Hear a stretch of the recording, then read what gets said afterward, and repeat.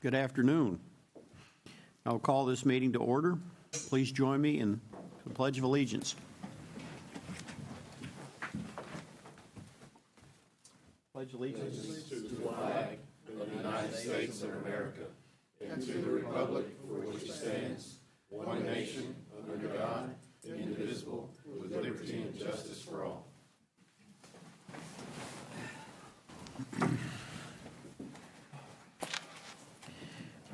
Thank you.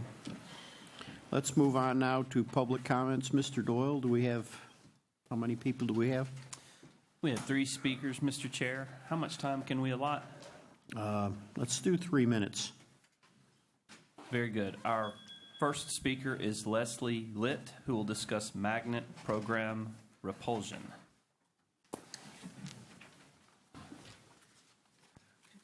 Good afternoon. Before I start, I'd just like to say thank you for all of your good work and just let you know I have no personal interest anymore because my student at home is past everything I'm going to be discussing, so I just wanted to be very transparent about that. Also, he's an avid musician and participates in all sorts of band programs throughout the county and the state.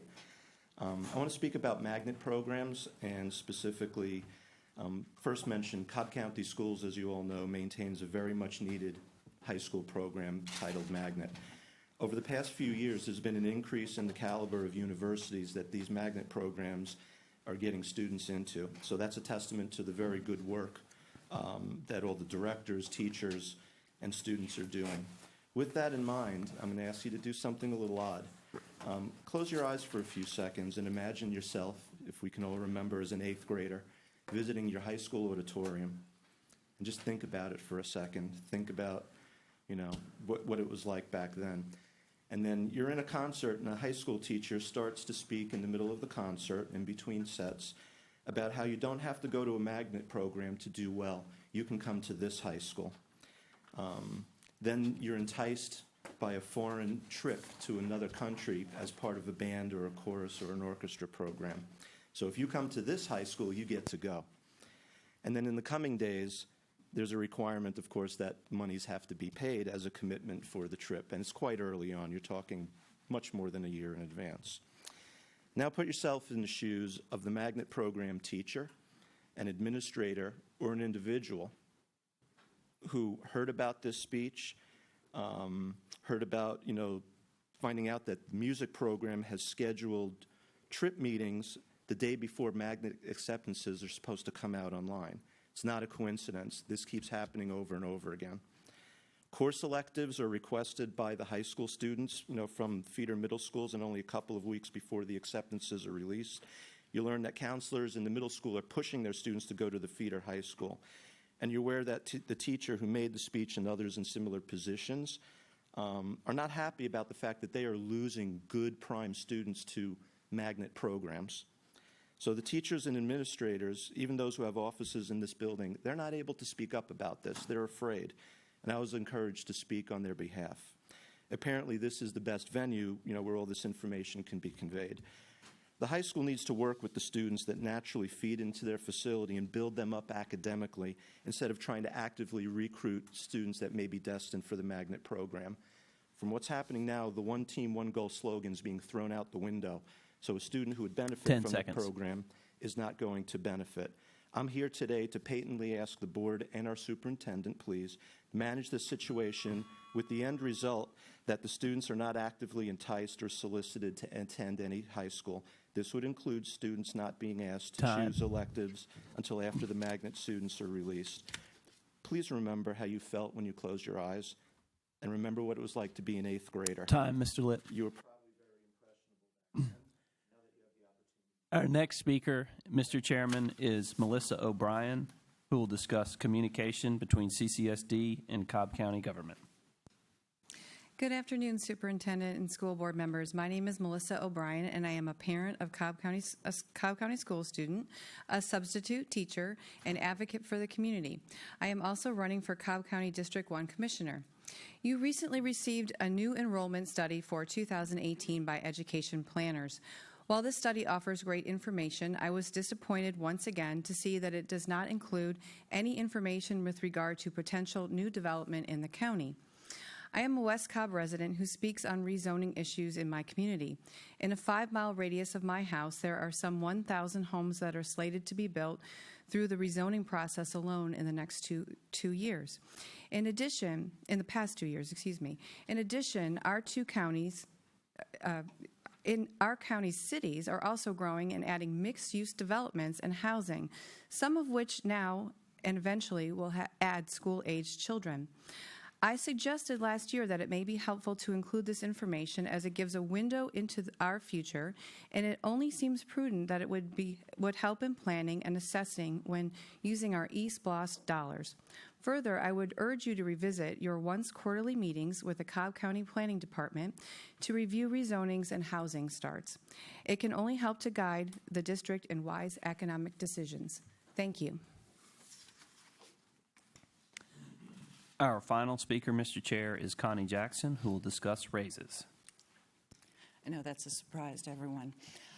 First, I would like to thank everyone for their dedication in going over this budget, because I know that a billion-dollar budget is not a small budget. And I'm very excited that the governor fully funded the QBE formula for the first time and gave us an additional $10 million. And I would like to ask the school board and the superintendent to please earmark that $10 million to go directly to raises. But that $10 million is not enough. I doubt that $10 million can give us enough of a raise to truly make us competitive with surrounding counties. So I would ask that the millage rate be increased. It hasn't been raised in 10 years, and that's a long time. And I've been out talking to parents and on social media, and the vast majority of parents that I have talked to are in support of a millage rate increase. They think that teachers and education and schools and their children are worth that. When we look at the average house price in Cobb, there's only an $80 increase to raise the millage rate from the 18.9 that it's at to I almost said 200, but to 20.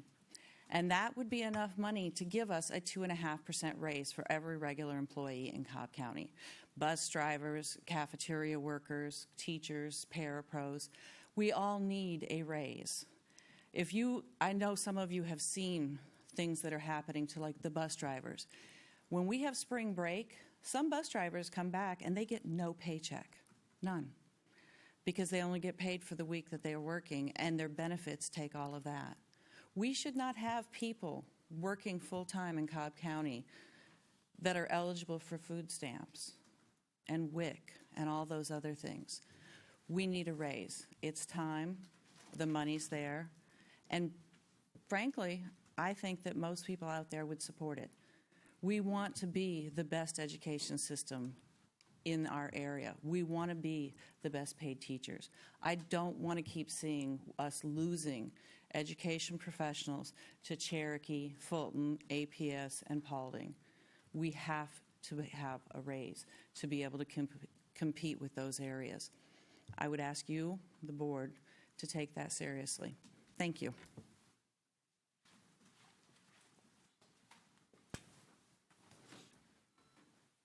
Thank you, public speakers. Next, we have the approval of the minutes from March 15th board meeting, 2018. If there's no objections to approval, they are approved. We're ready to hear board business. Let's begin with the first thing is the appointment of board delegate to the 2018 Georgia School Board Association annual delegate meeting. Mr. Sweeney is our designated delegate.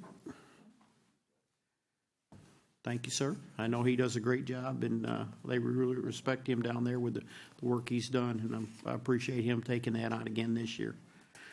And next is our J policy physical education with Mr. Morgan. I appreciate that, Mr. Chair, and good afternoon to everyone.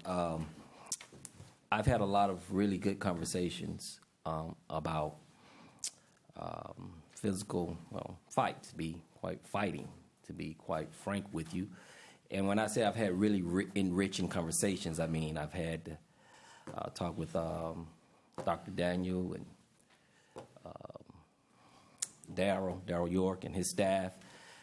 And I've learned quite a bit.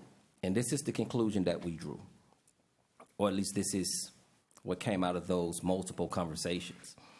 A review of our code of conduct policy. That's the J policy, right? A review of it. And having those conversations, I think it's been at least a couple years since there have been any, amendments or additions or whatever you want to say up to that particular policy.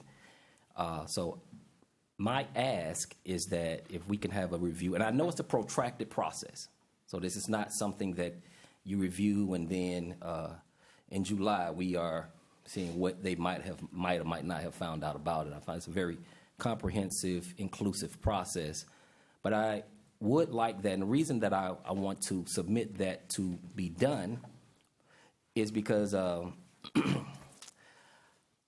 as a board member, you get a lot of requests and questions and people mad, some people are happy, you get a lot of it across the board. But one of the things that kept kind of perking up in terms of communications that I was getting was fights. I pushed Chris and... Whoa. Bring me in. Right. Chris pushes me back, and hey, why did I get 5 days?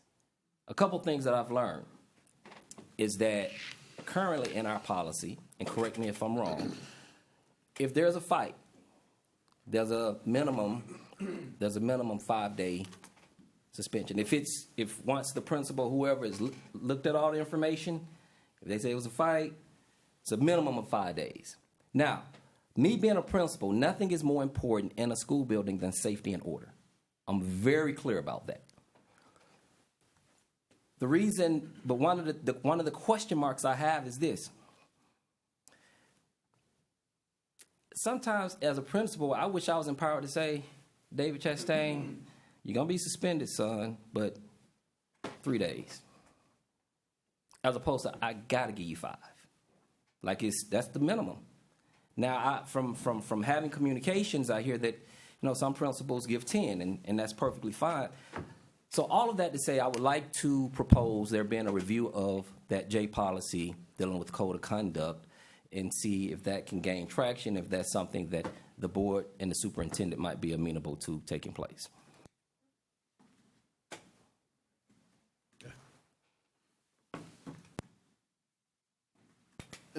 Just a question. Did the chair want to just have Mr. Morgan work with Kevin and Mr. York, or do you want to have multiple board members, up to 3? I've never been appointed by any board chairs. Mr. Morgan. Please appoint Mr. Morgan. Let Mr. Morgan head that up and proceed with it. Awesome. All right, go. Good? All right. Now we have board agenda items with Mr. Ragsdale. Yes, sir, Mr. Chair, members of the board. Agenda item number 1 is the monthly authorization of school properties disposal per district administrative rule DO-R. The board has received the list of equipment to be surplus electronically. Be happy to answer any questions. Consent, if there's no objection. Number 2, if there's no objection, I'd like to move that to number 9 at the end of the thing. Well, I just moving it to the last agenda item. We're just moving it in order. So it's still agenda number 2, but you're just moving Yeah. Okay. We good with that? Yep. No objections. All right, then let's go to the next one. All right, Mr. Ragsdale. so I'm going to ask Mr. John Adams to come and bring agenda item number 3. Thank you, Mr. Ragsdale. Mr. Morgan, allow me to be the first person to congratulate you on your new duties and responsibilities, sir. Agenda item number 3, recommendation for the approval of the Georgia Department of Education capital outlay project closeout for various schools. As you're aware, as we finish projects, we have to certify to the state DOE that we have indeed completed those projects and have no outstanding obligations, et cetera, in order for us to recoup the last bit of funding from the state. So essentially, this is, as you've seen us do a number of times before, us certifying to the DOE that we have indeed completed and no outstanding claims, et cetera, involving these projects to get our final payment of state funds. You see the list of all those projects there and how much we should get from those when this is completed. The grand total, in case you're curious, is $1.381 million in reimbursement that we should receive from the state from the total of those projects. So obviously, no cost to the district, and we will receive $1.381 million. I'm available for any questions. Mr. Banks? Thank you, Mr. Chairman. Mr. Adams, I noticed that some of these projects that have been completed probably at least 2 years, maybe 3 years. Why is there such a gap in time? If you have a specific project, I can get you data on that one. Okay, well, I'm just looking at the one. I'm looking at the ones in my post, and these are old projects. I think at least 3 years, maybe even longer in some of them. And are these Splash 3 projects or Splash 4 projects? We'll research that for you and get you some information for the second meeting. Okay, kind of my concern is, are we waiting too long to make these requests to the state? Should we speed the process up some? And is there a reason for this gap? So, thank you, Mr. Chairman.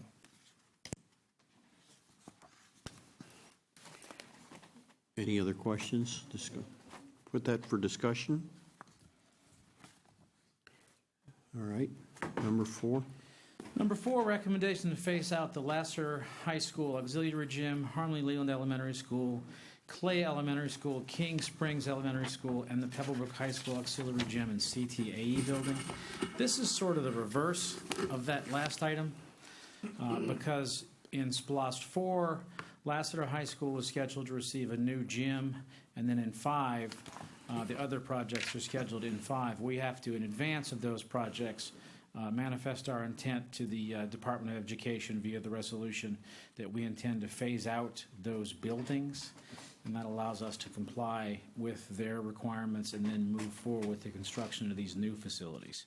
So also at no cost to the district, this allows us to formally notify the state that we intend to phase out these buildings and then commence with those construction projects. I'm available for any questions. Mr. Banks? Thank you, Mr. Chairman. Mr. Adams, these facilities will not be demolished until the actual contract is given to a contractor. Is that correct? Yes, sir, that's We're just correct. asking permission to do it. Okay. Yes, sir, you are correct. I just want to make sure we're not tearing down buildings now in anticipation down the future. No, Thank sir. you. This is a paperwork formality, and I assure you, we will not demolish anything until we've not only gotten approval from the state to replace, but have brought it to the board. Mr. Adams, question. So this is what you're saying is a phase out is just they're basically being taken off for use. But like Clay Elementary, the building will still be there. Yes, sir. Technically, we determined that upgrading the cost of specific buildings, and they number the buildings very specifically, the state, we have to determine that upgrading the cost of that is greater than replacing, so then we notify them that instead of upgrading, we intend to replace. It's a formality so we can submit these resolutions and then do the construction projects upcoming in 5, with the exception of the last order, which is in 4. It's also, just to add additional information, just as the previous item discussed capital outlay, when you're applying for capital outlay, it goes by what buildings you have. So it's a requirement for us to phase out buildings that were no longer going to be used, so that we can't turn right around and say, okay, we need capital outlay because we're going to do a modification to this, when in fact we're not using the building. So again, it's kind of a checkbox, if you will, but it's a requirement such that the state can maintain an accurate list of what you are and are not using as a school. So you're right, Clay Elementary School will still be there as a school for us to utilize in the district. just like we did Brown, right? We closed Brown and put the students in other schools, but like we've used Brown for Teasley, to split Teasley, and now we're using it for King Springs. Same kind of thing. I've got a question. I guess Mr. Johnson and I have been talking about a local school back in New York State that was phased out. The district maintained that building for 17 years, I believe, something to that effect, with nobody in it. Will these buildings that are phased out, will they be maintained, or will they be just closed up? No, like for example, at Laster High School Auxiliary Gym, that's going to be phased out because the SPLOST project is going to replace that gym. Clay Elementary School will determine what we're going to be doing with that school, and it's potentially possible for us to sell it, as we've done with other properties, but it's also possible for us to be able to utilize it. So we'll just determine that at a later date. Yep. Okay, thank you. Any other questions on that? Number 5. Very good. Excuse me. Everybody good to go to consent without objection? Okay. Number 4 is consent. Number 5. Yes, sir. Recommendation to approve right-of-way and easements with the Cobb County DOT at North Cobb High School. Again, as we've done numerous times before over the years, the DOT has requested right-of-way and easements for roadway construction at North Cobb High School as part of their traffic improvement program. You have a summary map of the area involved. A little more specifically, the DOT is going to be upgrading traffic signals at those intersections, installing new turn lanes, lengthening existing turn lanes, filling in some sidewalk gaps, improving drainage, and improving curbing and gutters. So this is quite simply us giving us permission for those temporary easements and rights of way. No cost to the district, and I'm available for any questions.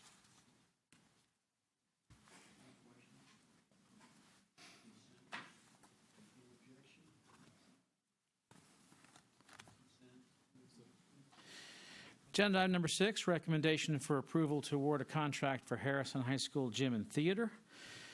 In accordance with SPLOST 4, Harrison is scheduled to receive a gym and theater, and we are recommending you award the contract at this time to allow us to remain on schedule. Awarding the contract now will allow us to achieve our substantial completion date of June 2019. We would commence work within the next month. We are recommending that you award the construction contract to Carroll Daniel Construction. You see the amount listed there, $22.3 million there to Carroll Daniel Construction out of Gainesville. You may recall they also did the work at Clarkdale and Smyrna Elementary School. They should do a fine job for us.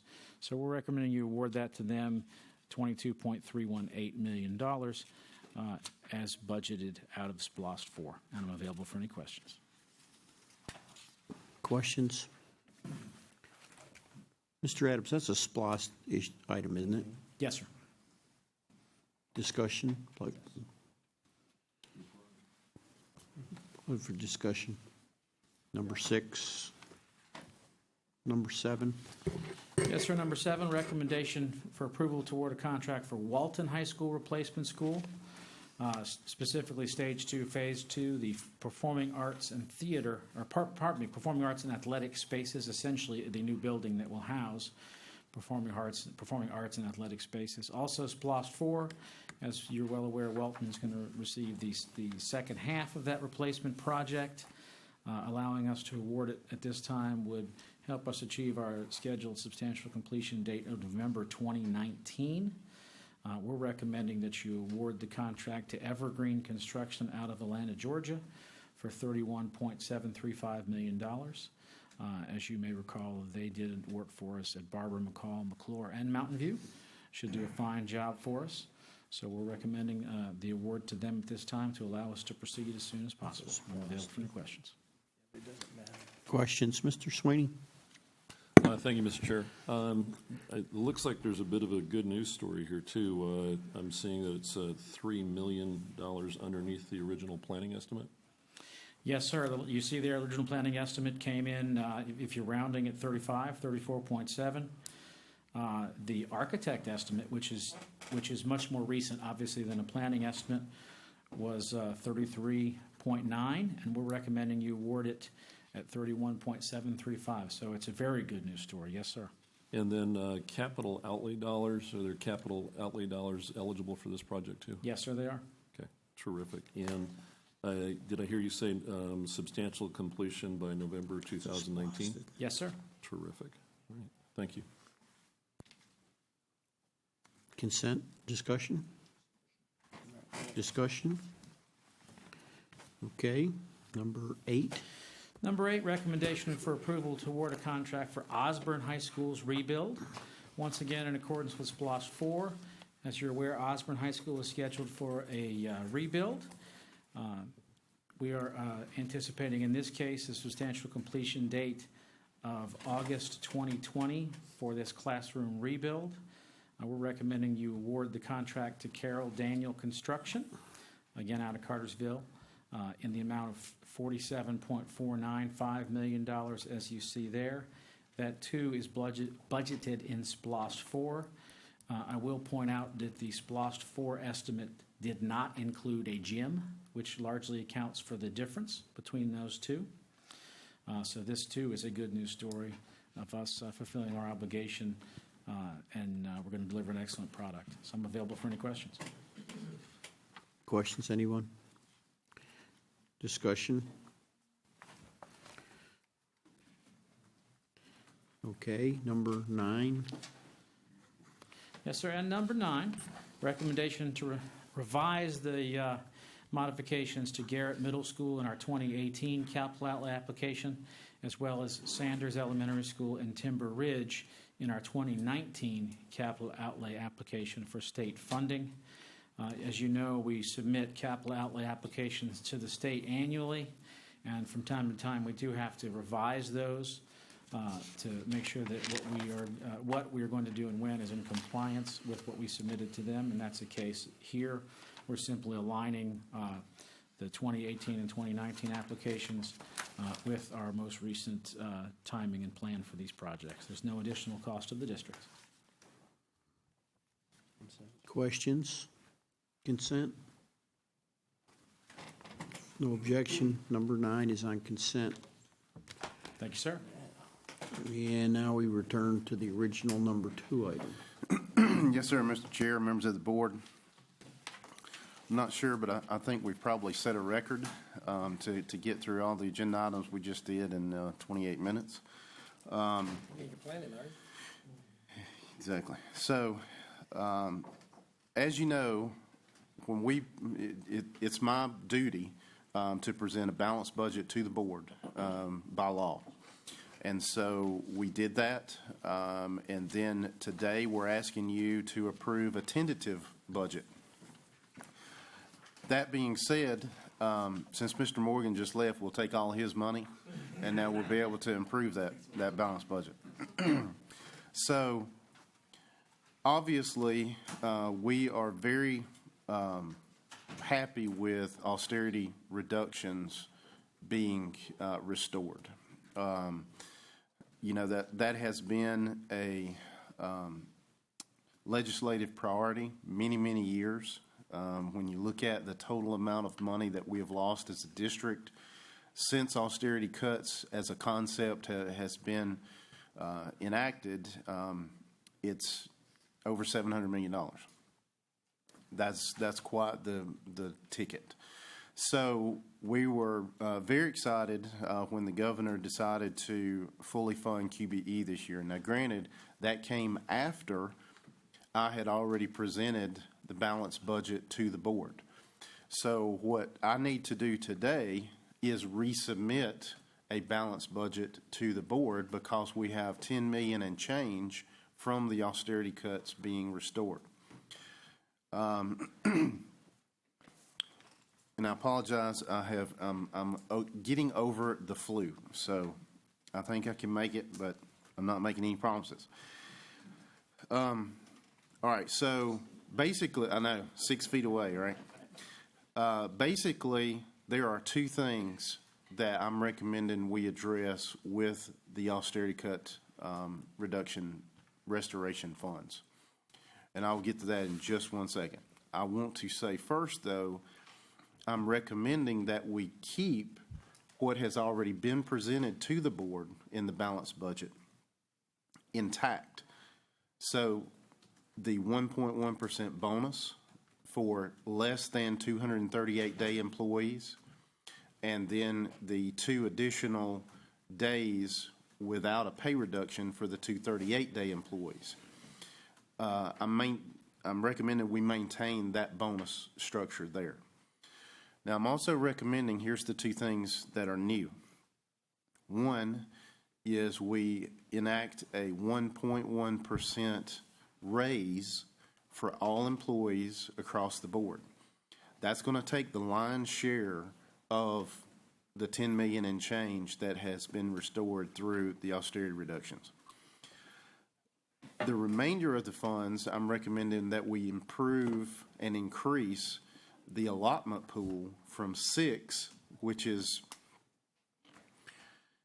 it's always easy to look at things in hindsight, but 6 would have been a challenge for us to maintain a legitimate operation in school, because 6 allotments to get through the school year is close to unrealistic. We were willing to make it work because that's what we decided to recommend as a budget. So we were willing to make that work. But that being said, we need to improve and increase that allotment pool. And the recommendation is to go from 6 to 19. To give you a good comparison, the 2 things, again, it's $10 million and change. To go from 6 to 19 is a little over $1 million.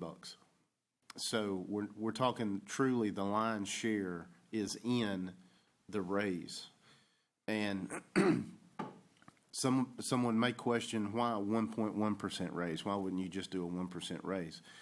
And the reason is I've asked Brad Johnson to tell me what number we can use that we can sustain.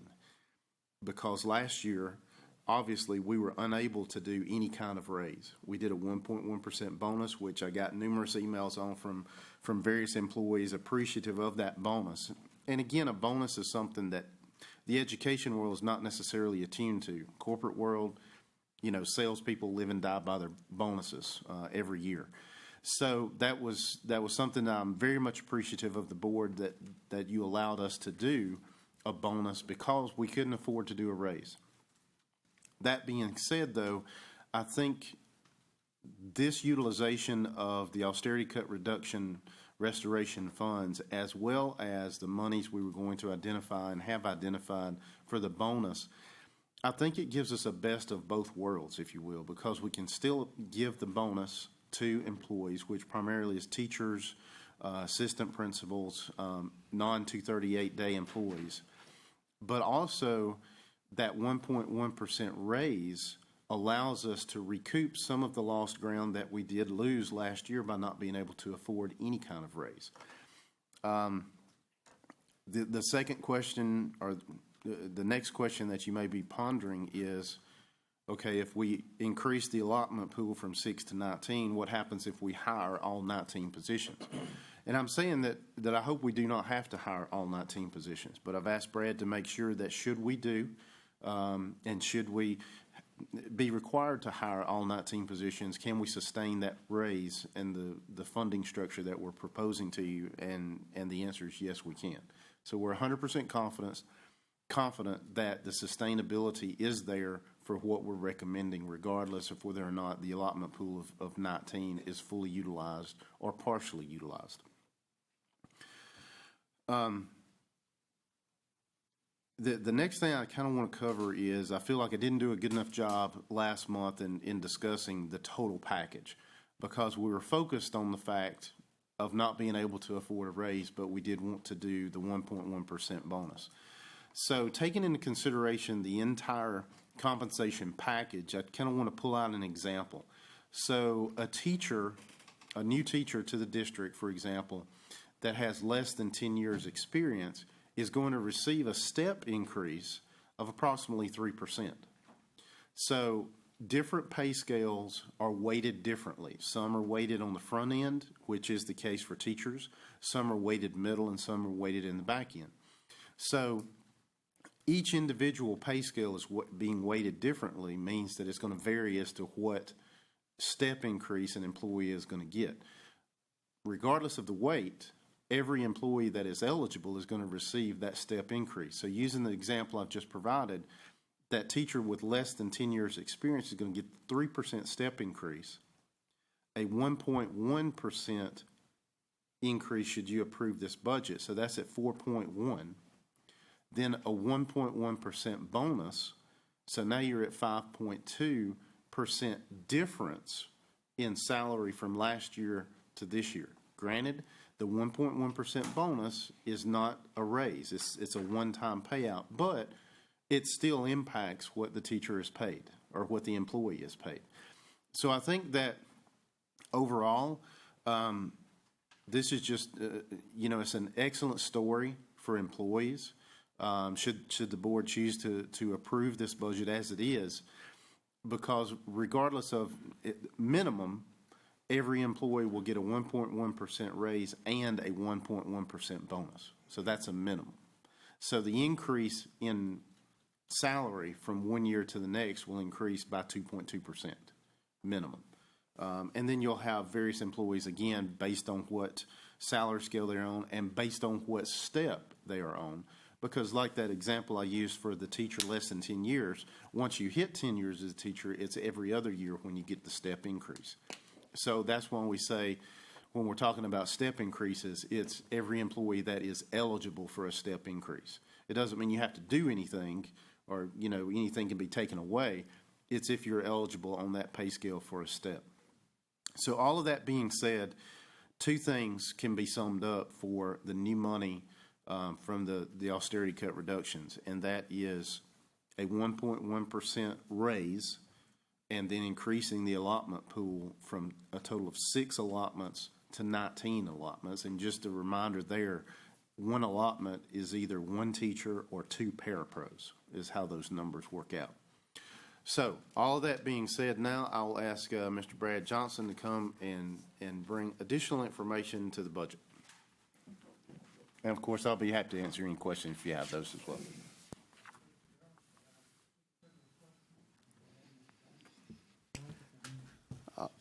You mentioned the step raises. When are they given? Are they at the beginning of the school year or are they employees' anniversary? It's the beginning of the year, so July 1. So July 1, they will actually get a 1.1% raise. Yes, as well as the step. And the step on top of that. Actually reverse. You get the step, and then the 1.1% raise will be applied to every salary scale. Correct, Brad? Correct me if I'm wrong. So I think you're correct. So the first time people will realize the raise and the step will be the July payroll, which is at the end of July. So they'll get the step and the raise, and then I think we were to determine when the bonus will be. I think it was at Christmas. I don't know that that's been decided. Yes, that is the recommendation, is to do the bonus at Christmas. So also the 1.1% bonus is applied after the 1.1% raise and the step increase. So it will be on top of that. And we've got that built into the 7,800, 7.8 million. Really. That's correct, sir. Yes, sir. And so what you just said is the raise will be effective July the 1st and the step will be effective July the 1st. The step comes before the raise. That is true. We calculate the step, and then the raise is on top of the new base with the step. Well, that's opposite of what Mr. Raxdale said. No, the step happens, so you're going to get the step increase. First, The raise is calculated onto every salary scale. at July the 1st. So the raise would be, the step would be on top of the raise. Well, the raise is on top of the step. It really is a moot point, because you're going to get the next step on your salary scale, and whether or not the 1.1% raise is applied before or after you get the step, it's still going to be the same number. So I see what you're saying, but it's going to be, yes, you're going to get the step and the 1.1% raise. The real meat of the question, though, is the 1.1% bonus. That is going to be applied after you get the step and the 1.1% raise. And that's just one time. Correct. Okay. Yes, sir. And the recommendation would be in the December check is when the bonus would be received. Correct. Okay. Right. Thank you. Mr. Morgan. Thank you, Mr. Chair. I certainly appreciate the efforts of the superintendent, Brad, of course, in doing everything you possibly can to push forward for our employees. But let me tell you guys what my concern is. So we got the $10 million in 1.1% raise and the bonus and the step. Those three things are all good and positive things. I don't think anybody's going to say, don't give it to me. My concern is that even with those things, that our employees, especially teachers, are still going to be lagging behind metro districts in terms of pay. Even with those things. That really concerns me. And as I said, we can't say it's a lack of effort on behalf of the superintendent and his staff.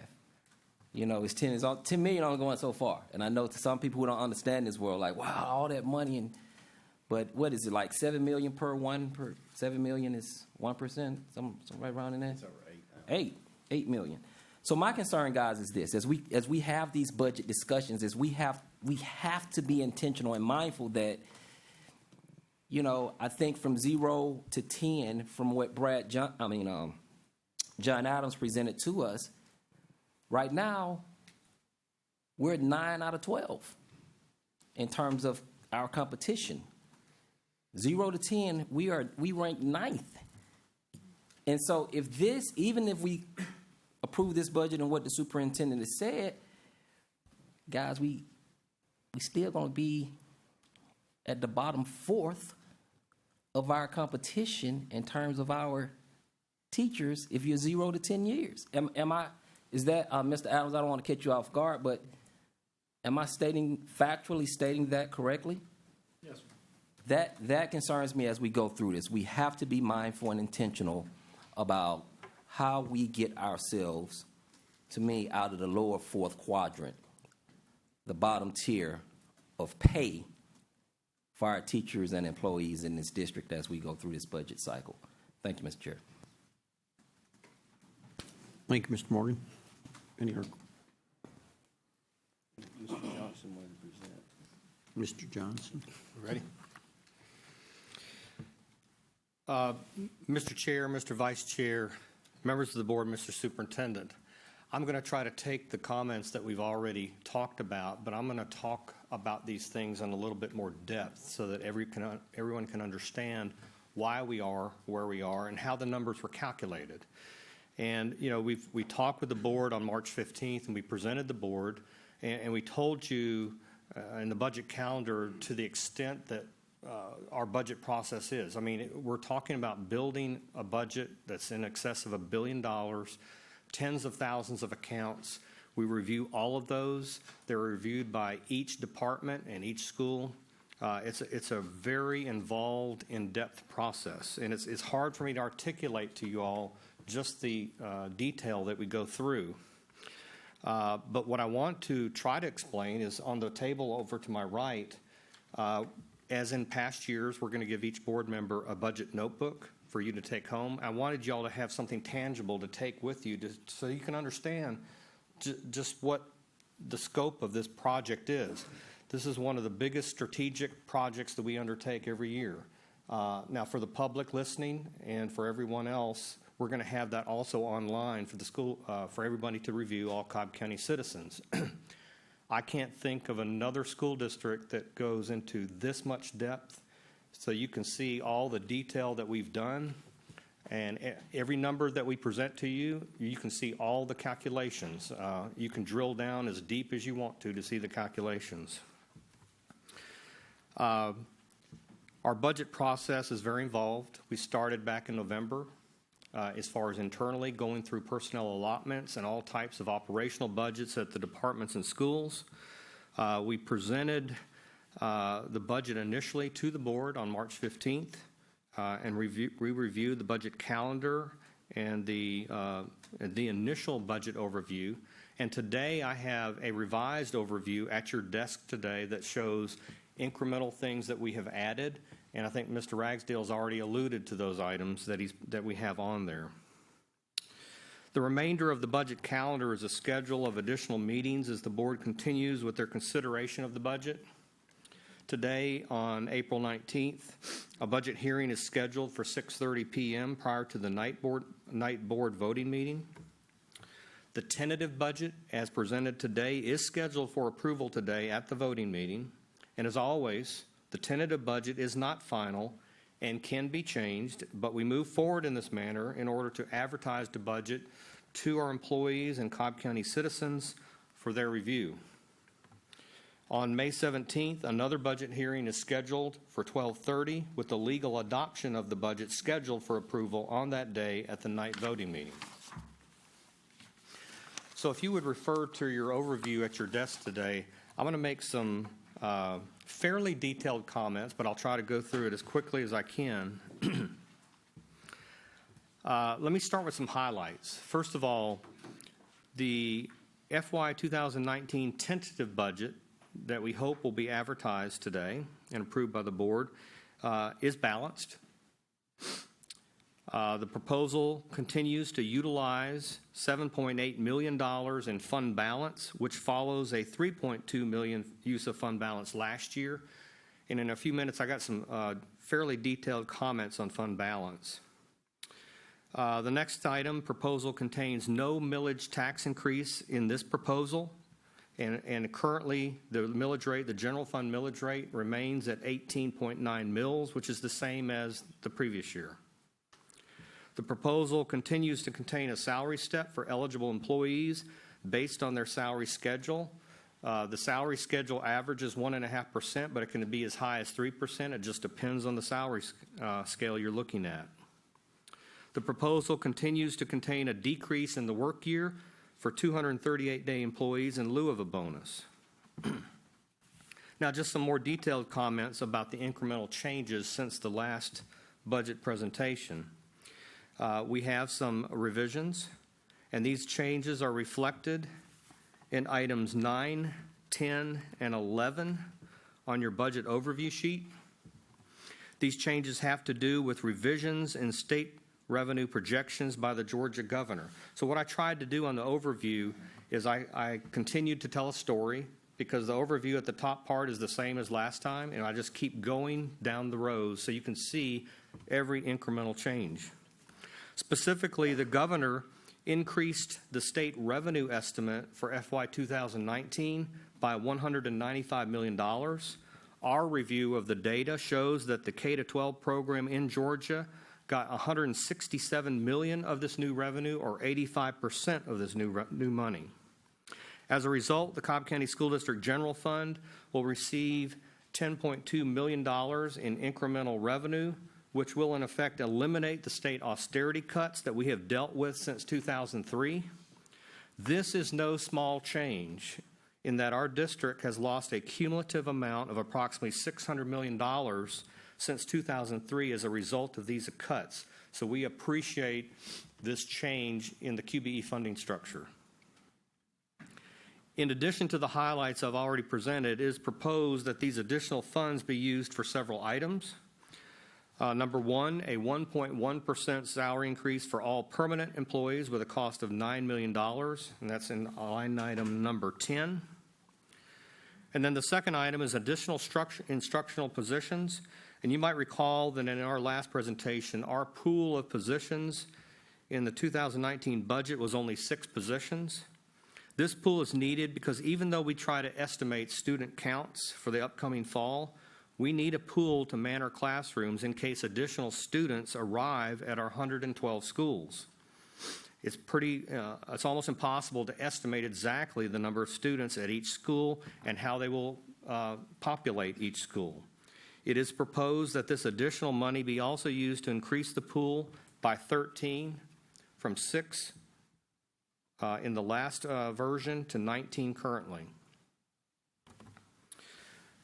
In addition, I have some comments just regarding the budget in general. First of all, fund balance. Fund balance is a major issue for the school district.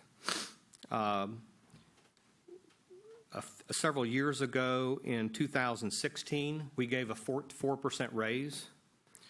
And so our fund balance decreased to $74 million at that time. And you can understand, too, that at that time, the budget was a little bit smaller than it is now.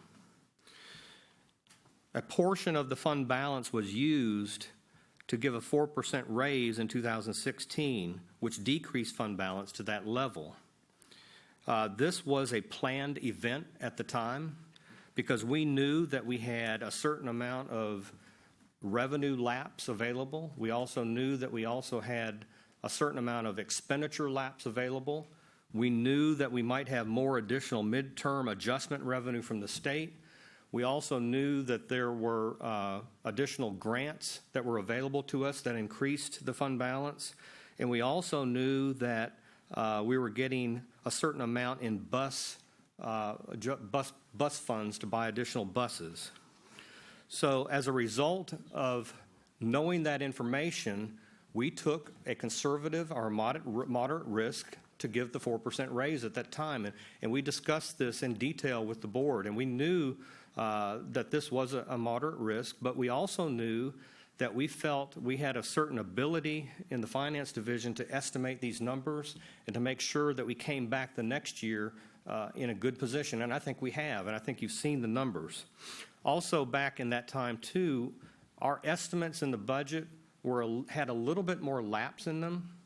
But you all will know currently, as I presented for the quarterly reports this year, back in the first quarterly report, 25% of the year through the budget, we had spent 25% of the money. Halfway through the year, we had spent 50% of the money. In previous years, it was a little bit less than that. I had a little bit more flexibility. But we made the decision, and I think we discussed this at the time, that we're going to make our estimates more tight, and we're going to try to put as much money as we can possibly find to our teachers and to our classrooms, while at the same time minimizing support costs for the school district. So this was a planned strategy that we took to provide as much compensation and salary to our teachers and to our employees. In the current 2018 year, the original board-approved budget contains $1,023,399,657 in revenue and $1,026,574,520 in expenditures, resulting in the use of fund balance of $3.2 million. As of June 30th, 2017, last year, our unassigned fund balance was $96 million, which was slightly above 1 month reserve.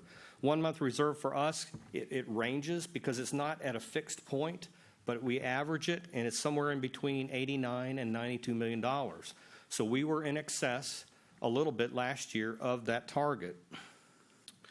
That being the case, we know that we committed to use in the current year budget $3.2 million.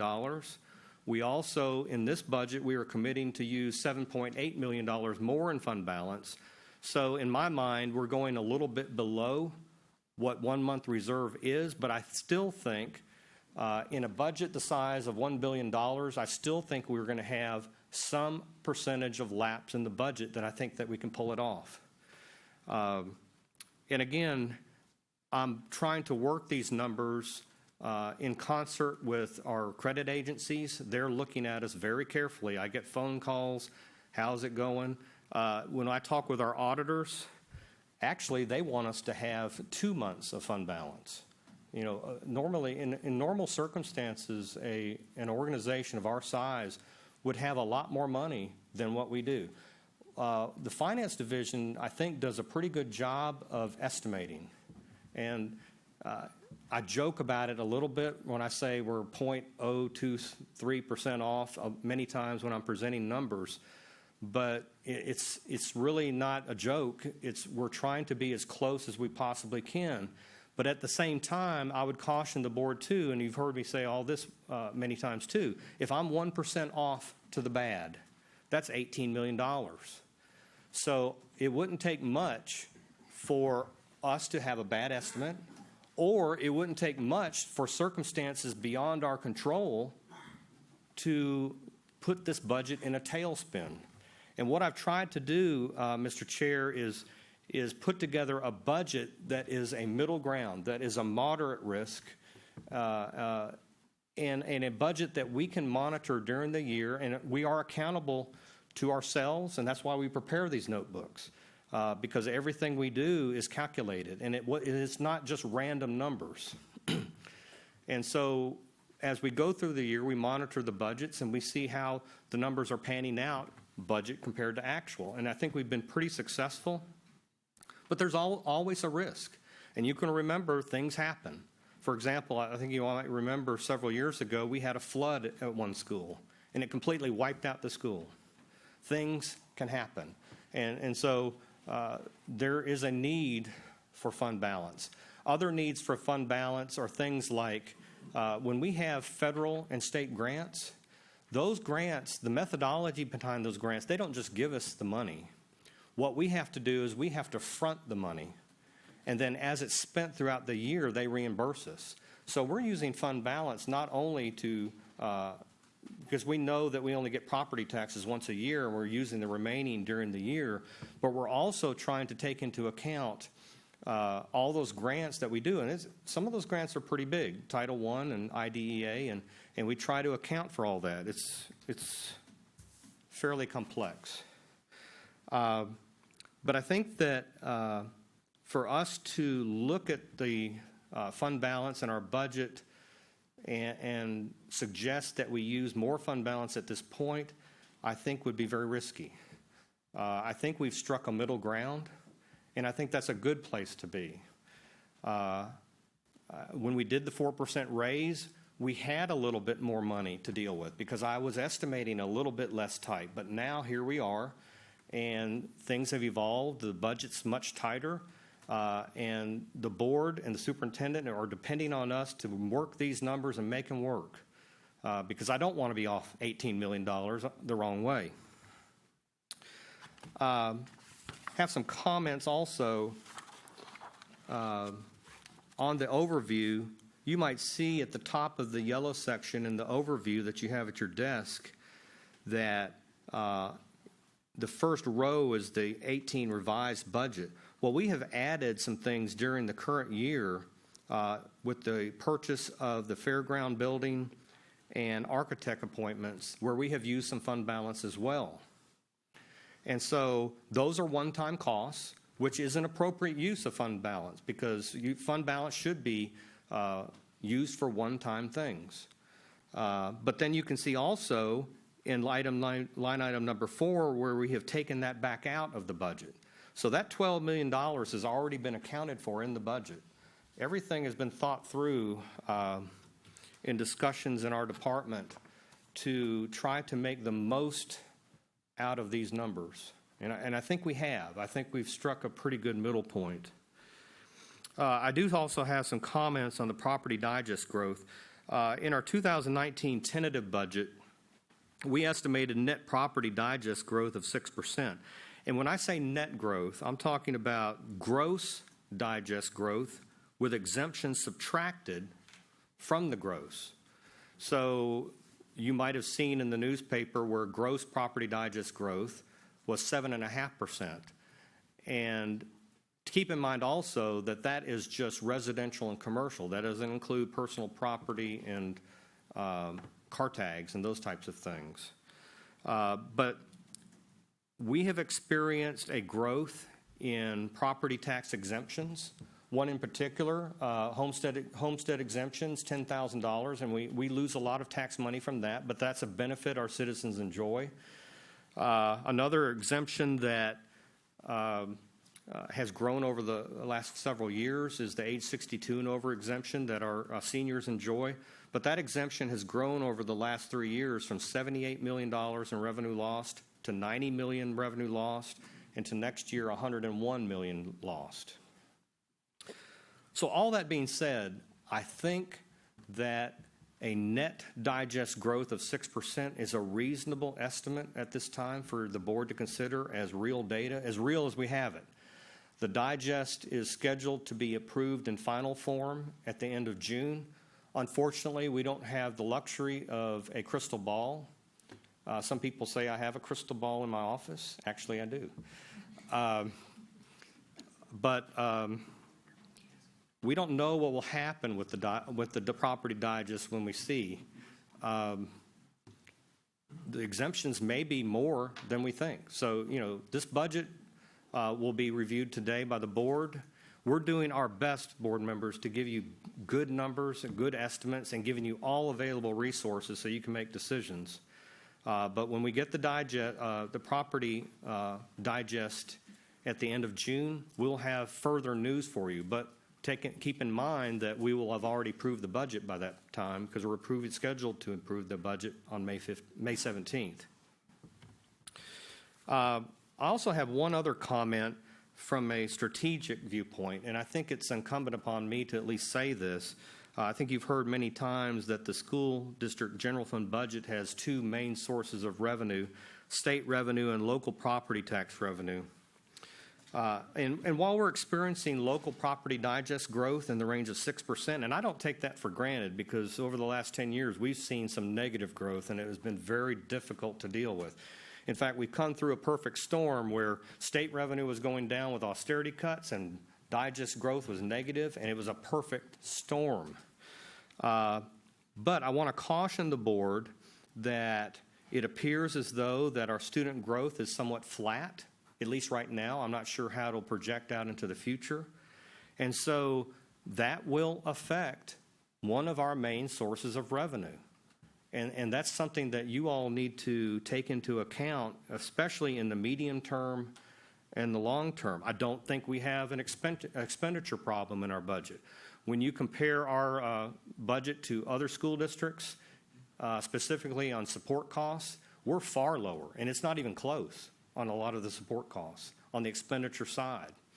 And so the board has done a great job. Superintendent is putting money into the classroom, giving it to the teachers, and putting it into instruction and keeping the support cost as low as possible. But there's only so much you can do with the revenue stream that we have. So if we have one source of revenue that's relatively flat right now, and we have property digest that is 6%, and 6% is good growth, but I can remember I've been here too long. But I mean, 20% growth is not out of the question. I mean, we've seen that in past times, but that doesn't seem to exist anymore. So we're trying to balance a budget with two main sources of revenue, where one is relatively flat right now at least, and then the other one is growing, but the budget is not a static thing, because every year somebody could say, well, let's just continue what we had last year. Well, it's not that simple, because we have salary scales and we have step increases, so we have built-in costs that increase every year, no matter if the revenue increases or not. And utilities, those are somewhat out of our control. So there's a lot of factors in our budget.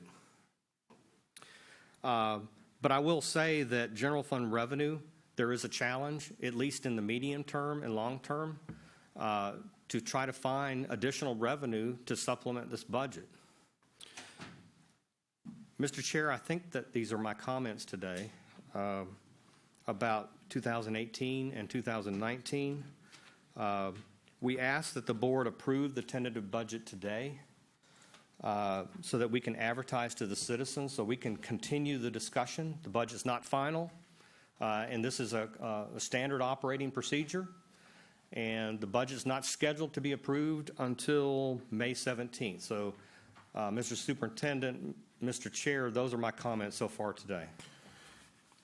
Yeah, I kind of want to just to follow on to what Brad has said and what I led off with, of It's very easy to take a Chicken Little approach to the budget in Cobb County School District because literally it seems the sky's always falling. When we're talking about exemptions, Brad just mentioned the digest growth. The bottom line on the digest growth, 7.5% the county experienced, yet our realized growth was 6%. So when you're talking about that big of a gap because of the exemptions, it makes Brad's job even more difficult than it normally would be because he has to take into account the forecast for those exemptions, basically not knowing what it's going to be. Because like you said, that comes after we've asked you to approve the budget. So it is literally a very calculated risk because you could err on the caution of either side. You know, you could, like I said, take the Chicken Little approach and say, oh my gosh, we got to put everything we can aside. For example, the 1.1% bonus this year. But it has been my philosophy with the budget that for far too many years, when it was in a downturn, we've balanced the budget on the backs of the teachers. And the teachers are who bring the school district success. So it's been my philosophy that we want to do everything we can for the teachers and our employees. When over 90% of our budget goes into personnel, that's who makes and who the district is. So with that being said, I think that it just goes to show again the importance of the financial services staff, both Brad and his staff, because without the confidence in them to bring us a forecast of numbers that we feel very confident with, we could be making decisions on bad data, just like the example I give you about the demographic study. You know, in the past, we've done a demographic study and used it for 5 years. Well, at the end of that 5 years, you're making decisions on data that's pretty old. And in a county like Cobb, that is very much old data. So same kind of concept applies to our budget. It just becomes just extremely important to recognize the hard work that Brad and his staff put in, and more importantly, the accurate work that they put in, because we're able to bring a balanced budget that we feel confident in, that not only we feel confident in presenting, but we feel confident in the sustainability of it, and that's the importance. As we looked at the new money brought about by the austerity cut reductions, the restoration of those funds, it would have been real easy to say, oh, well, you know, we need to put money into this, into this, into this, and then all of a sudden the money's gone. But we feel like, and you know, the board has expressed the same thoughts and feelings by asking, okay, where do we stand competitively when we talk about salary scales and those kind of things with other districts and surrounding areas? So we've got to maintain our competitiveness because it's not all about the money, but make no mistake, the money does matter. And so when we can put together a total compensation package, and that's why I spent a little bit of time going into the exact details of a total compensation for an employee, it is about the entire package. It is about the calendar that we have. That's, you know, the employee's likes. Matter of fact, I had a principal in my principal's advisory committee say that another district had approached several of their teachers at that school, and they said, you know, we could go and do the same job and make a whole lot more money. But they didn't have our calendar, and they didn't have this, and they didn't have that. So the employees do recognize that it's a total package, but it's incumbent upon us to make sure that we're remaining competitive in all areas of that compensation package. So I do feel very good about the updated budget that we've presented you today. Again, it's real simple. The two things new brought about is a 1.1% raise for all employees and then bumping the allotment pool from 6 to 19. Be happy to answer any questions. Hey, Mr. Morgan. Thank you, Mr. Chair. I have a question, Chris, probably be better suited for Brad. During your comments, you talked about, among other things, you talked about our millage rate. Where do we rank in terms of millage rate with, I guess, our competitors? I mean, as Chris, I mean, it just hits home, Chris, when you say that when we're in our downturn, our teachers bore the brunt of, you know, but it makes sense. 90% goes there. That's where you have to take. But they bore the brunt of the downturn in terms of reduction in staff and no pay raises and things of that nature. Where do we rank with our competitors when it comes to millage rate? Okay, I can just list out the millage rates.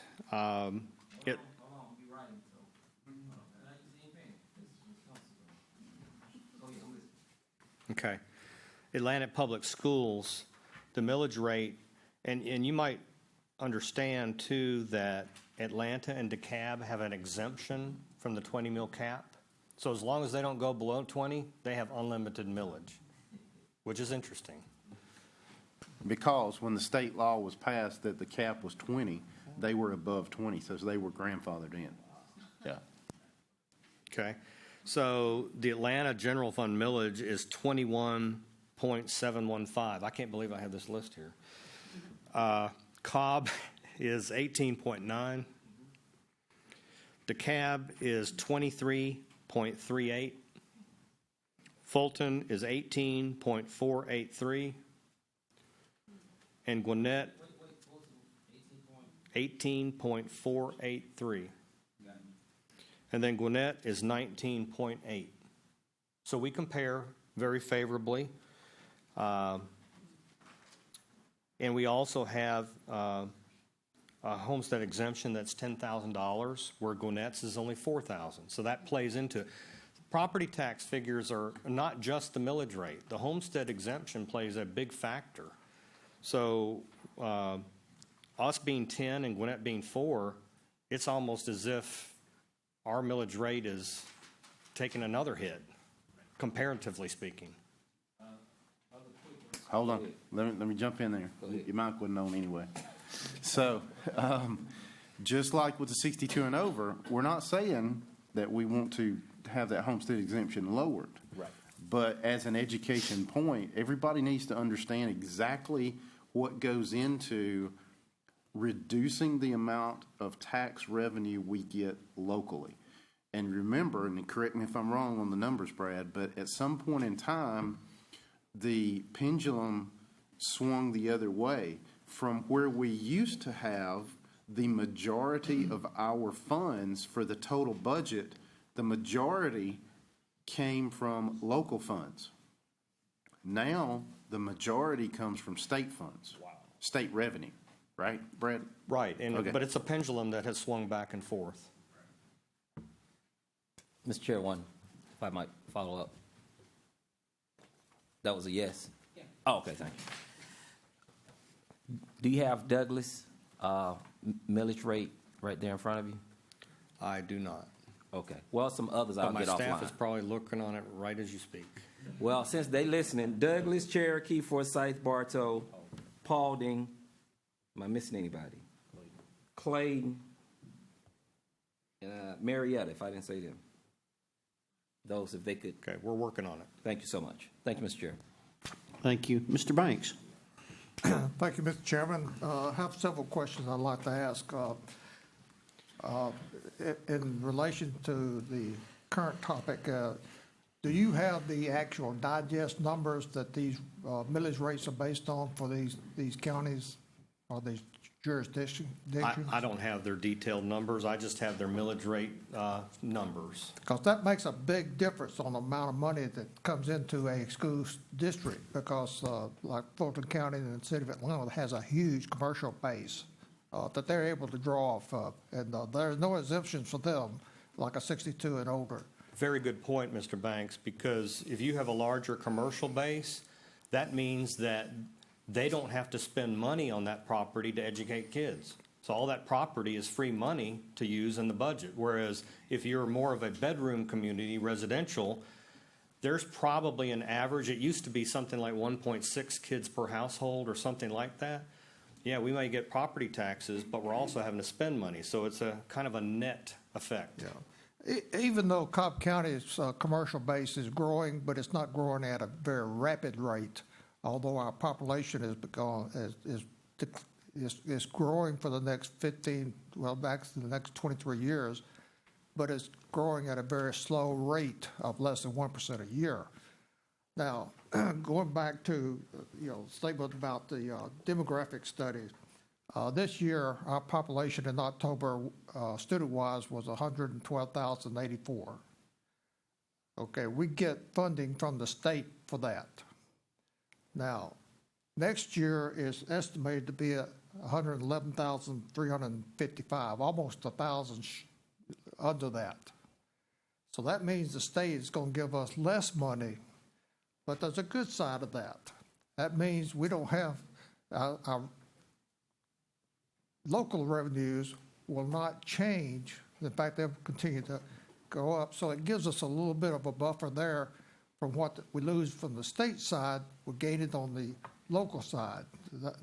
Am I clear on that?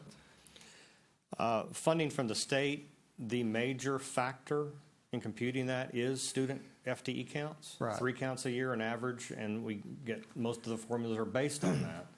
But the funding is more complex than that because each program is weighted. So we get more money for special ed kids and we get less for regular ed. Each program's different. So the funding kind of depends on the makeup of our student population. Well, let's assume that we would get actually less money from the state next year, but we'll have less students. So if you take the 111,000 students and divide it into our local funds, it will come out with an increase. Not a great amount, but it comes out with a little bit of an increase. So there's a good side and there's a bad side. Our population in 4 or 5 more years goes down to 109,000. So we're talking about 3,000 less students in the long run, which is, from a local standpoint, that benefits us. From a state standpoint, we lose funding from the state based on our FTEs. And like you say, the different categories under the FTE. My point is that this student decline is to our benefit right now, but in 4 or 5 years, when our population starts to increase again, then it starts working against us. So the public needs to understand that, we're in a bubble right now. The bubble's on the downside, but the bubble's going to go back up later on in the future. So I just want to make that point. And also I would be interested in knowing, has anyone done any projections on our 62 and older population, say the next 4 or 5 years? How much is that going to increase, and how, dollar-wise, how is it going to affect us? Has anybody ever done that? All I can tell you is the data that we have. And in normal times, trends, past experience seems to indicate future performance, but our environment on all types of fronts has changed from that. So all we have is the most recent years of data, and we don't know who will move into the county and who will move out. But we do know that we lost $78 million in age 62 exemption several years ago. We lost $90 million, and then the most recent year we lost $101. So it is increasing. We don't know what that'll continue to do. Right, and so we're not able to really make financial judgments based on projection because we don't have those projections. Now, the ARC may have those projections. I don't know. But from what you just said, the 62 and older has grown every single year in Cobb County, and there's no end in sight as far as I can see. So next year will be 105 million maybe. So it just keeps growing it year after year, but eventually you're going to hit a plateau, and it'll change. We tried to account for a moderate growth of that, but I'll be holding my breath until the end of June to see what the actual numbers are. We're using the estimates that the tax assessor has, but they don't give us estimates for the exemptions. They're just working with the properties and the fair market value of the properties. Right. They don't give us estimates for the exemptions, so that's a factor that we just don't know anything yet. And I'm wondering if the ARC does have that number. That's something we can explore. Yeah, I'd be curious to know, if they do have it, what the impact will be, for the next 4 or 5 years, as far as revenue is concerned, because our sources of revenue are basically 3 sources, and we have no control over any of it, so it's outside of our control. I do have a question about the budget and fund balance that you discussed in detail earlier, and this is not a gotcha question or concern, but I've just worked up some numbers, and for clarity, this is not brand new to you, so let me just go over it. In 2016, our CAFA said we had $74,840,000 in our unassigned fund balance, and in addition, there was a $10 million in assigned, which means if the $10 million had not been used to balance the 2017 budget, there would have been $84,840,000 in this unassigned. And in the 2017 CAFA shows an unassigned fund balance of $96,064,000. In addition, the 2017 CAFA shows an assigned fund balance of $3,175,000, which you mentioned earlier, used to balance the 2018 budget.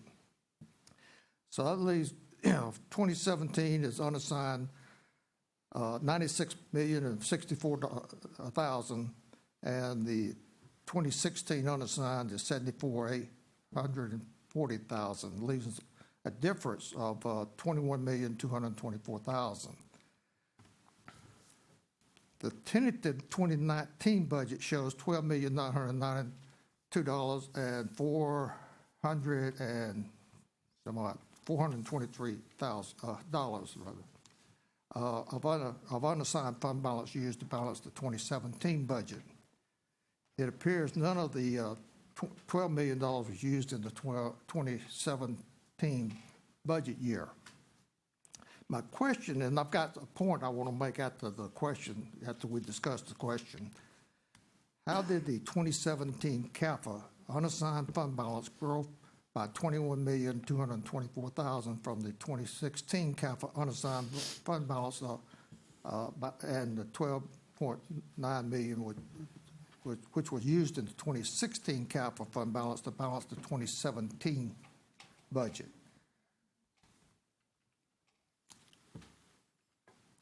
Can you explain how we actually grew from 2016, where we took $10 million out of it? We actually said we took $12 million, 12.9, and we actually wound up in 2017 with a $10 million growth. Okay, so your question is a good one, but I will say that the answer is complex. Because when we talk about these types of numbers, we're talking about, and this is something that's a challenge for us in finance every day, but we're talking about budget numbers versus actual numbers.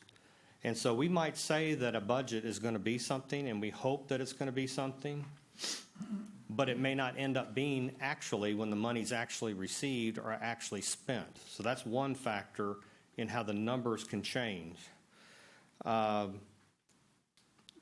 Keep in mind that if we're off by 1%, we can be off by $18 million. So when I make budget estimates, I am extremely conservative, because I don't want to have to come back to the superintendent or the board and say, we're off by $18 million, what are we going to do? I mean, that's a drastic situation. We want to avoid that at all costs. I'll have another comment. back in 2016 when we ended the year, yes, we knew fund balance was going to go down to 74. We planned for it. We wanted to give a raise to employees, and it was 4%, and that's a large amount of money.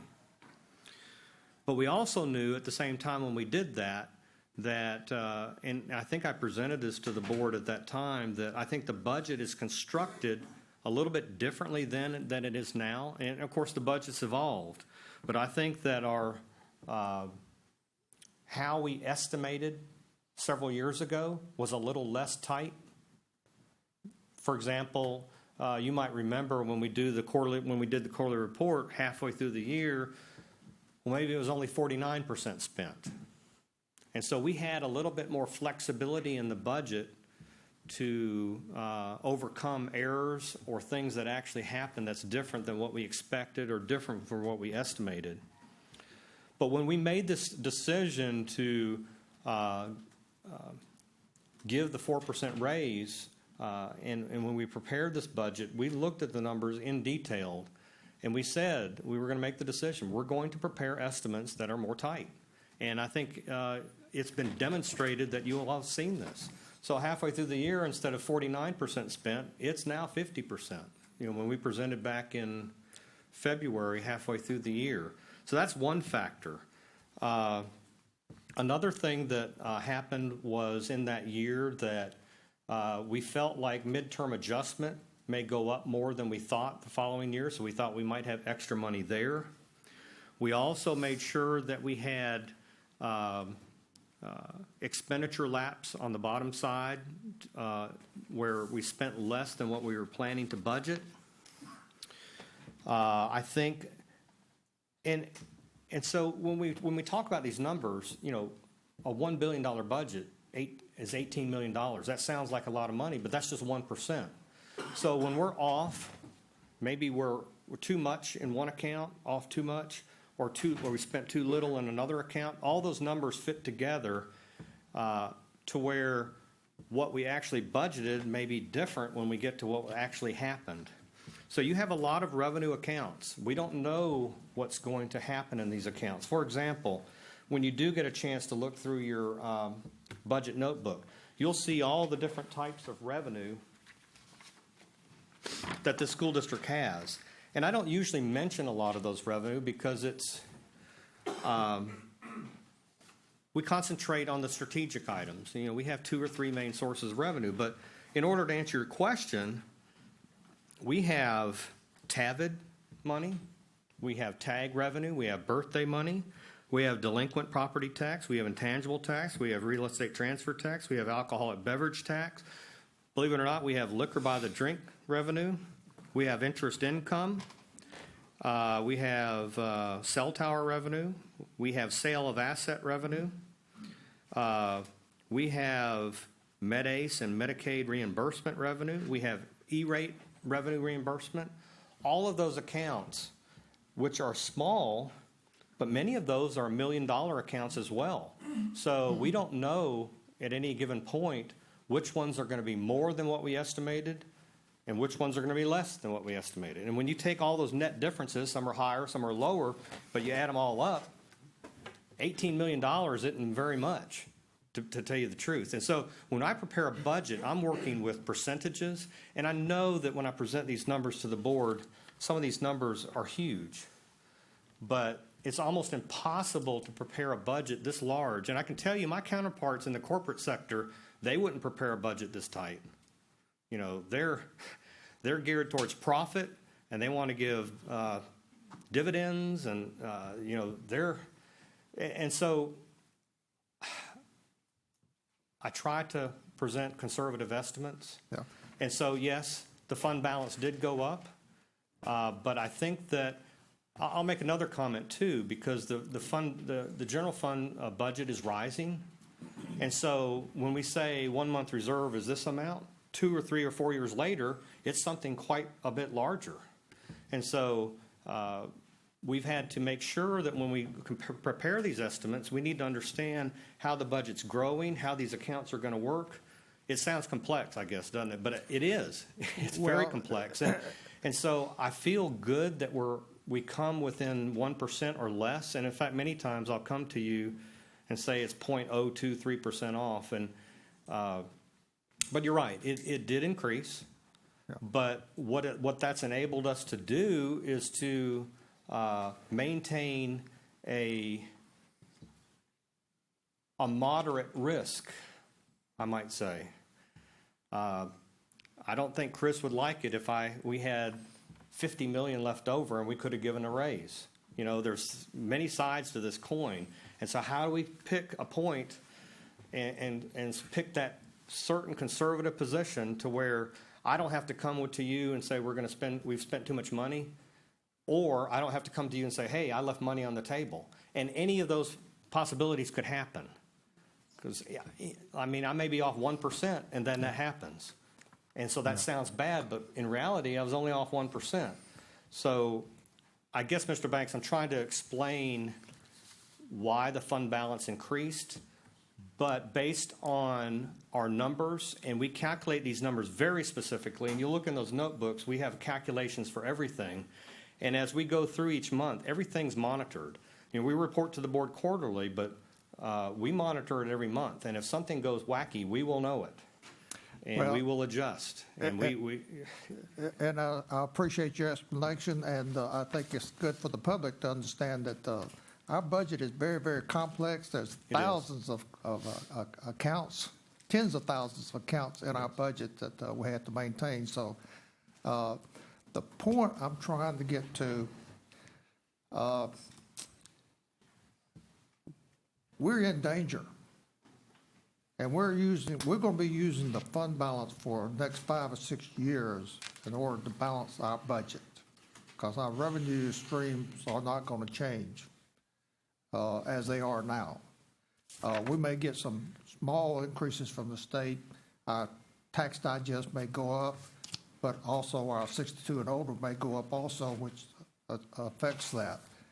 So in order to maintain a consistent and stable level, we're going to be taking anywhere from $10 to $15 million out of our fund balance for the next 5 or 6 years, which will bring it down to probably around $50 billion if nothing changes. That's my projection. That's not scientific, but that's my projection. So the public needs to understand that we've got some problems financially.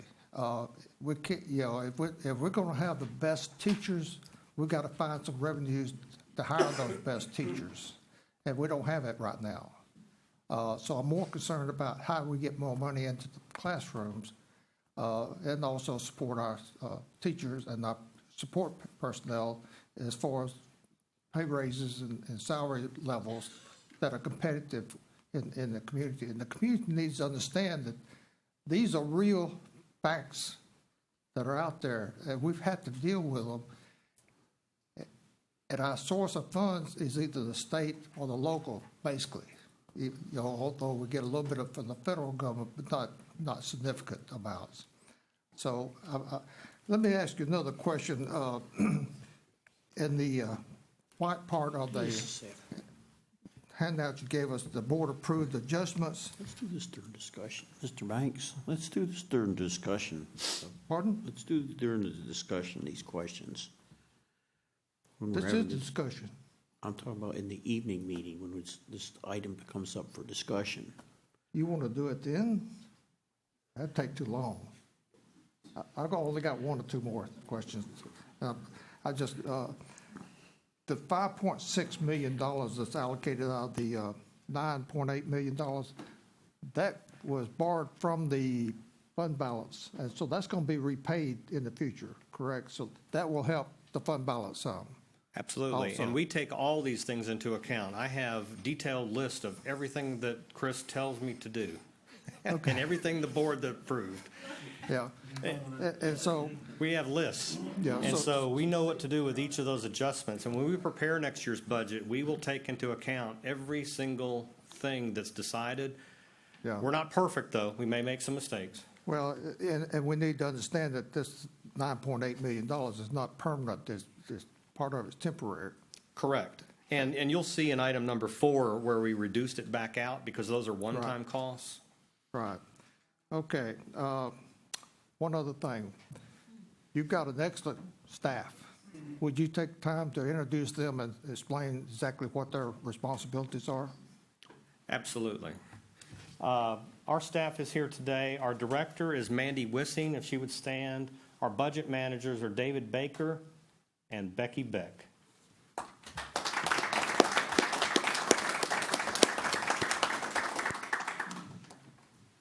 Thank you, Mr. Banks. Mr. Johnson and staff, great job. Thank you. Thank you. Mr. Sweeney? Brad, excellent job as usual. I often look at you there and I think of a big tug of war going, and you're actually the person in the middle holding both ropes, or I should say both ends of one rope. We try really hard. So a couple of things, and I've been running some numbers of my own here, and it wasn't long ago that our budget was $900 million, and now we're $1 billion. And to your comments, I mean, just on the reserve side, at 1 month's reserve, it was $75 million. Now it's $83 million. And at the 2-month level, where the rating agencies would like us to be at, that's actually $150 million at a $900 million budget, but it's like $167 million at our current budget. I'm quite curious about the rating agencies because, the fund balance is a big deal. But for some reason, they like the other factors that we've prepared, and they know exactly what we're doing. And as long as we keep doing what we're doing, they'll be satisfied. But fund balance and decreasing fund balance is a major factor in a credit rating. If it goes down, we could be at risk. You'd made, and I actually kind of want to talk a little bit about a hypothetical here because you use an adjective about a tailspin. And, we had a real tough time during the recession, 2008, 2009, thereafter, where we saw a 20% decline in the tax digest. In a future recession, I don't, heaven forbid we have a 20% decline, but suppose, for example, we have a 5% decline or maybe even a 10% decline. What would that mean to the school district? So when this school district began the economic downturn in 2008 or thereabouts, we had a certain baseline for the budget. And you all have mentioned very frequently that we're still 800 or 900 teachers down from that baseline. So we're still at that lower baseline now. We have a lot of factors. The TAVID law, if people stop buying cars, that budget's $36 million. If the property digest goes down into the negatives again, that would be we would face quite a challenge, and it would be a bigger challenge than last time. And so that's one of the reasons, Mr. Sweeney, I mentioned in my initial comments that we have a strategic issue with this revenue, and I'm not quite sure what the answer is, but when both of our revenue sources are under attack again, and they will be on the next economic downturn, when that will be, we don't know. But it's been a growth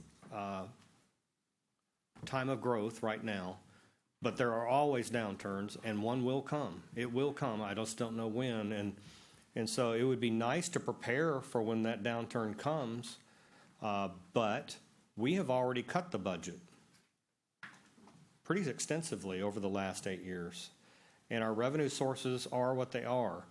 So the revenue challenge that this school district has is a strategic issue, and when the next economic downturn comes, it will be a major challenge to deal with. And it was a major challenge last time, but think of all the adjustments we had to make to the budget. Well, first of all, I really appreciate the conservative approach that the board has taken, the superintendent has taken, and that you've taken in this, because a lot of people will say that you are in a household that people are living paycheck to paycheck. But we're, we'll just say an economic catastrophe around from some very, very difficult challenges. In 2008 and 2009 and the subsequent years, we were able to rely on some, we'll call it, I call it almost found money in the sense with regard to the excess SPLOST funds that we were able to use, and also the reliance on our fund balance in order to shore up and minimize the number of RIFs that we actually had to take, because otherwise they would have been much, much greater. And when I say excess SPLOST funds, that was $75 million over a 3-year period. We don't have that today.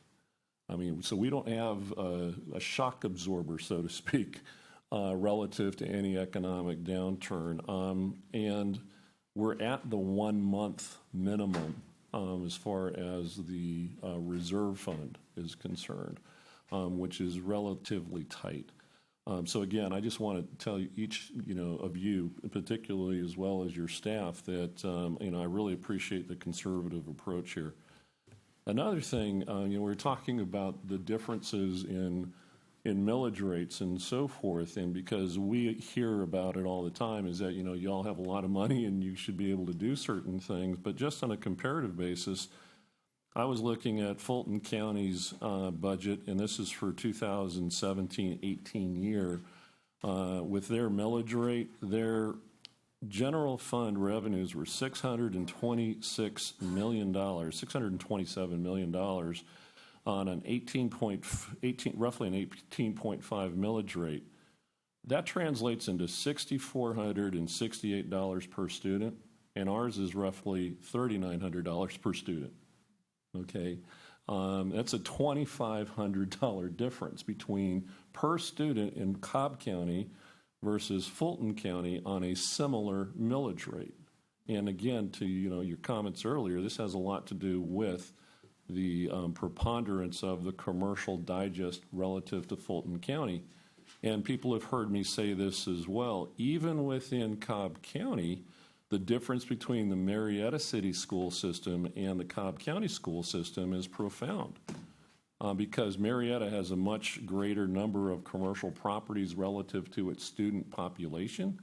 The revenue on a per student basis in Marietta City schools on the local level is about $1,400 greater than it is here in Cobb County School District. So those are real challenges that we have, and the one way out of it for our county is to actually increase the commercial development relative to what we have as far as a bedroom community. Sure.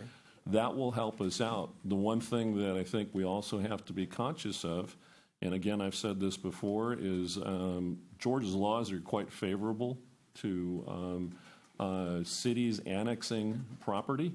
It would not surprise me to see Marietta continue to annex Cobb County, unincorporated Cobb County property. My guess is that they won't be annexing residential property. They'll be annexing commercial property.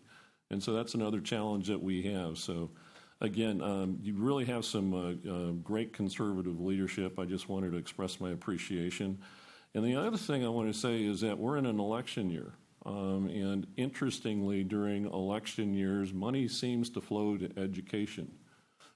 It's no surprise that, there is, we'll call it the elimination of the austerity cuts during an election year. There's no telling what could happen next year.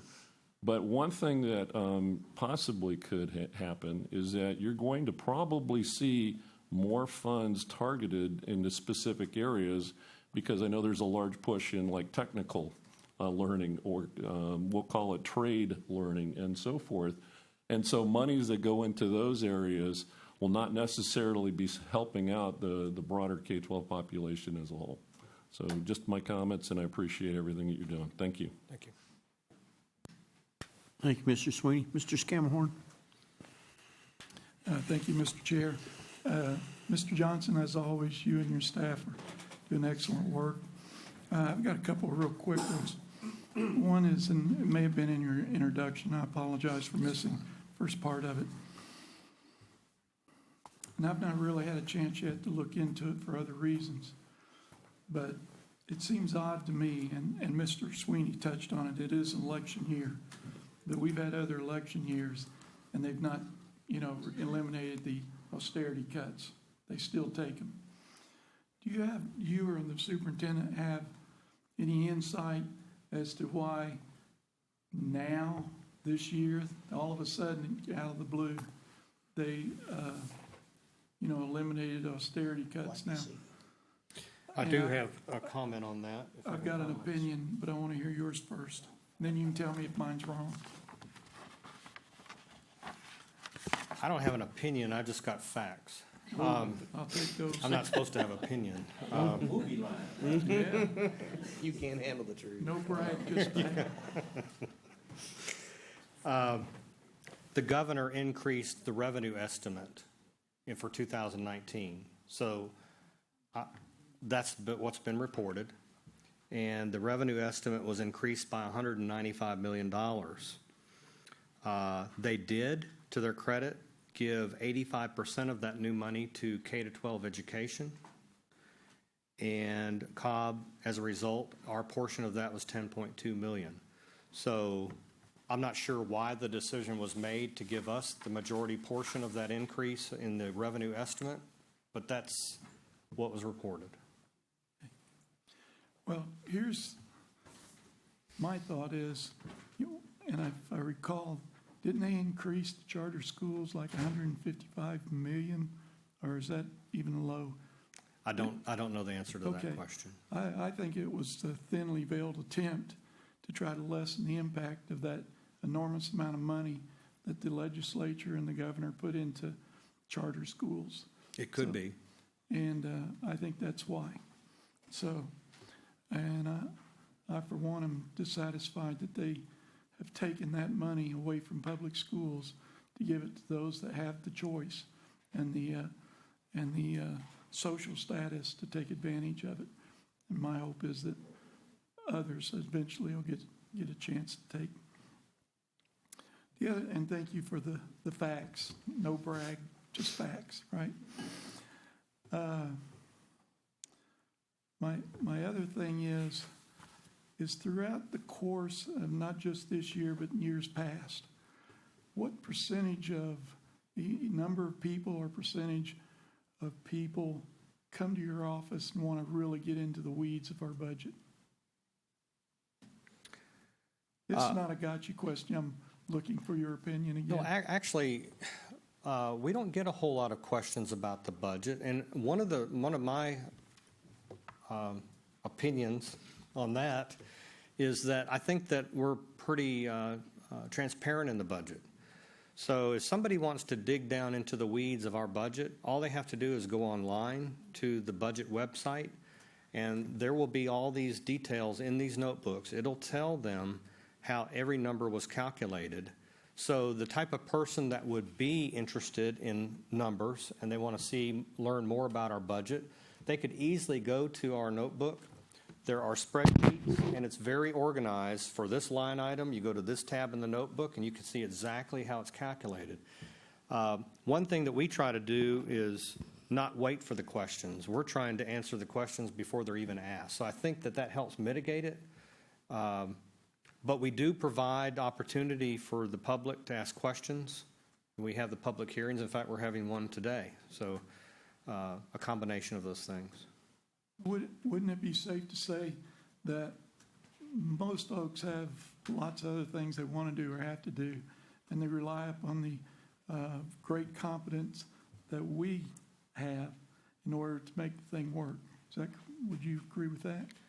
I think so, and one of the reasons that coincides with we try to speak frankly about the numbers in finance. Okay. And it is what it is. It's straight up. This is what the numbers is. This number is what the numbers are, and the board, we're just trying to gather data as accurately as possible and make estimates so that you can make decisions. Well, and I'll drive home to my point is they're just on the train and they want a smooth ride. Our job is so the train doesn't jump the tracks. If it does, then they're all over us. And so a lot of this stuff is just inside baseball, if I can use the analogy. So I'll leave it at that, that they want us to do our job, and if we're doing our job very well, then they don't even know we're here. So I have one more quick question for you.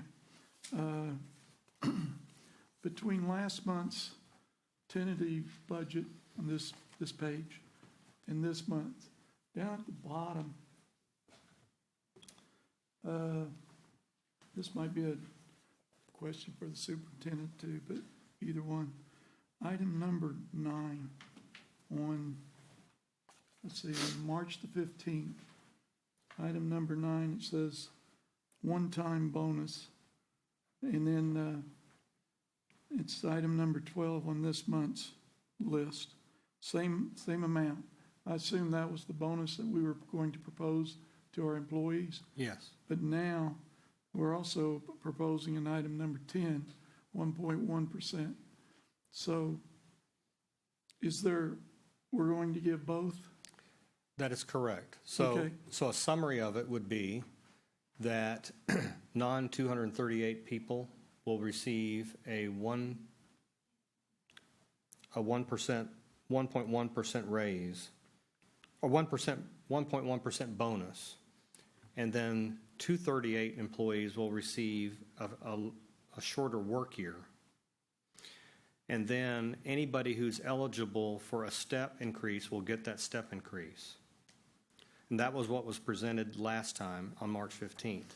Now, in addition to that, it's been proposed that we keep all that in the proposal. And in addition to that, we'll have a 1.1% raise for all employees. And we'll also increase the pool positions from 6 to 19. Did I say that right, Chris? I think I did. Say it again for me. Go over that again. So between last month's budget presentation to this month's, the additional austerity reduction money was injected into the process. So real simply, two things occurred. One, I'm proposing that we do a 1.1% raise for all employees across the board. And two, we bump the allotment pool from 6 positions to 19 positions. That takes the austerity reduction money in whole. I'm also proposing that we maintain what was presented in the balanced budget originally last month of the bonus. The example I gave was a teacher with less than 10 years experience, for example. They will get a 3% approximate step increase. So then you would look at a 1.1% raise, so that's 4.1%, and then a bonus of 1.1 gets you to 5.2% difference in last year's salary versus this year's salary. Now, granted, the 1.1% bonus is one-time deal, it's not guaranteed, and it's not in the salary. But last year, we were not able to do any raise because we couldn't afford it. So we tried to put as much of the money as possible toward the employee raise. But at the same time, we recognize that a 6 allotment pool is just not enough to get us by through the school year. So that's the two things that are different from last month's budget presentation to this month. Well, generally speaking, what caught my eye, and can be a rhetorical question, is why we didn't just kind of combine that money and massage it that way rather than leaving 2 categories. But I trust both you and Brad that you looked into different combinations and came up with the best thing for our employees. Mr. Scamahorn, one of the reasons I did it that way is on the overview, I was trying to tell the board a story. Here's what happened, and then since the last time, here's what additionally happened. So there may be some redundancy, but I'm trying to go in sequential events so you can see exactly, incrementally throughout the process, what happened and what occurred. Okay. Yeah, it wasn't meant to got you. It was meant to bring me up to speed. So thank you, Mr. Ragsdale and Mr. Johnson. Excellent presentation. Mr. Chair, yield back.